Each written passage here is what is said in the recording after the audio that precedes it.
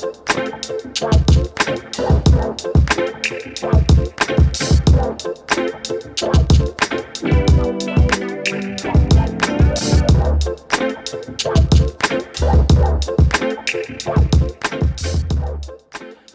and welcome back to another video. If you're new here, I am Derek Livingston and I'm a college athletic sports photographer. Today, I'm going to be talking about a lens that might come up a little underrated or might be overlooked when people are first getting into sports photography because they think they need the biggest and the best right when they start. Now, this isn't going to be a super cheap lens, but you can find them used in multiple mounts for almost most cameras.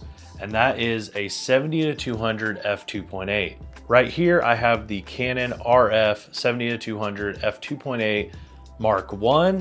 So it is a external zooming lens, so it does extend, but over time I have learned that that's not really a hindrance on anything that I need to capture.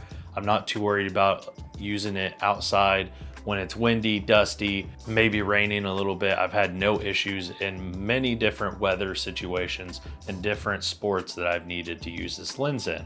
As of recently, I've been super busy with baseball and softball photography. So far, we've had no at-home track meets as the last one got rained out. So baseball and softball have been my main shooting events for the past couple months, it seems like. Now, speaking on the 70-200, it's such a solid lens because you have that zoom range for some wider shots, depending how far away you are, and then you're able to zoom in to 200 to get some tighter shots, which comes in very handy. You just gotta remember to move your feet if you can't get close enough. We know there's gonna be some limitations depending on the arena that you're shooting at, the field that you're shooting at, on how close you can get to the action.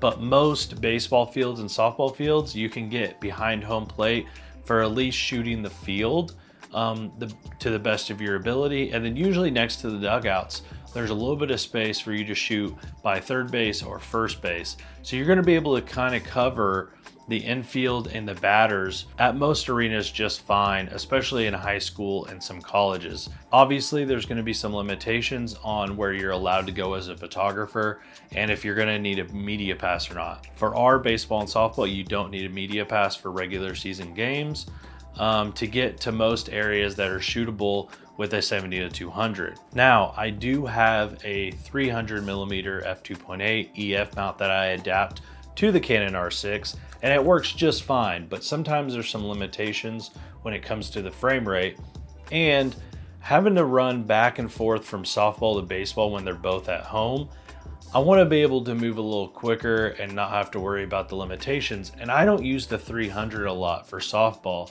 as typically I'm in the dugout and the 70-200 covers the field and the batter perfectly fine.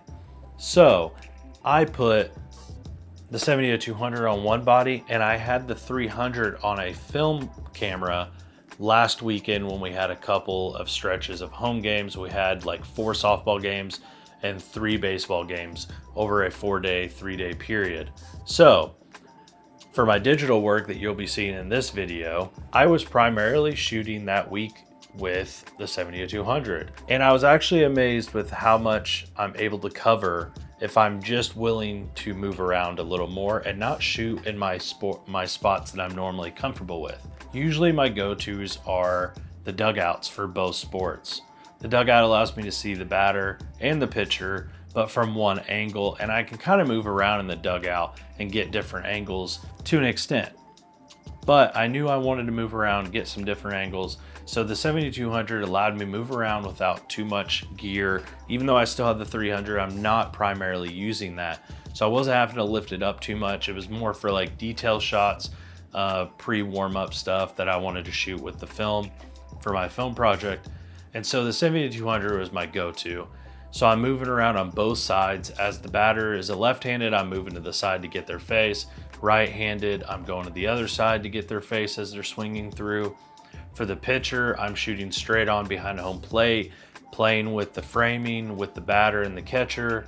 And then I'm also going to the dugout for a little bit, but I'm trying to stay out of the dugout and just kind of move around behind home plate and on the side of the field to just get some new angles. it kind of goes unnoticed as a lens that you probably should just have in your camera bag if you're a sports photographer.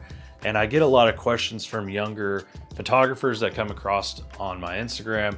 They're asking what lens they should start with. And I always say the 70-200, if you can, find a good used one, or even a 50mm or an 85mm prime, depending on the sport, you can make those lenses work. You just gotta be willing to kind of move around, and you're probably gonna have to do a little bit of cropping. But if you can get into a 70-200, that's the lens I always suggest as probably a must-have in sports photography, because you can cover pretty much all sports with the 70-200 lens. So it's going to be a very good lens for you to have. It's also good for portraits. It's good for events. So if you're getting into photography in general, it's just an overall good lens to have. Now, with that said, if you have any questions, just put them down in the comments below. I do have links to all my gear down there as well. But I appreciate it if you'd like to subscribe, and I will see you all in the next one.